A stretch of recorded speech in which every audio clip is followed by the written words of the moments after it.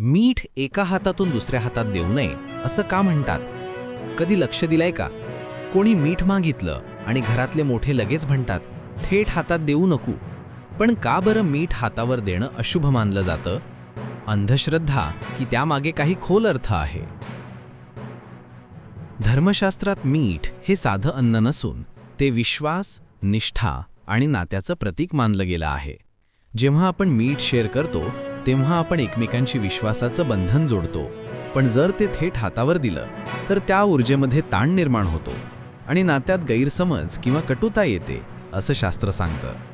वास्तविक अर्थानं पाहिलं तर दोन हातांमधला थेट स्पर्श मनातील लहरी ऊर्जा हस्तांतरित करतो.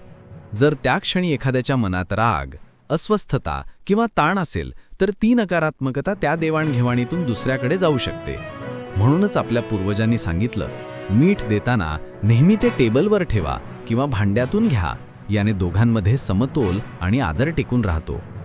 म्हणजे पहा, हा फक्त अंधविश्वास नाही तर नात्यात सौहार्द राखण्याचे एक सुंदर तत्वज्ञान आहे. मीठ गोड नसतं, पण ते नात्यांना चव देतं आणि म्हणूनच त्याला काळजीपूर्वक हाताळणं गरजेचं आहे. अशाच आपल्या संस्कृतीतील परंपरा आणि त्यामागचं गूढ अर्थज्ञान दररोज जाणून घ्यायचं असेल तर व्हिडिओ लाईक करा, मित्रांसोबत शेअर करा आणि अमोघ चॅनलला सबस्क्राईब करा. दर संध्याकाळी 5 वाजता एक नवं रहस्य नव्या दृष्टिकोनातून.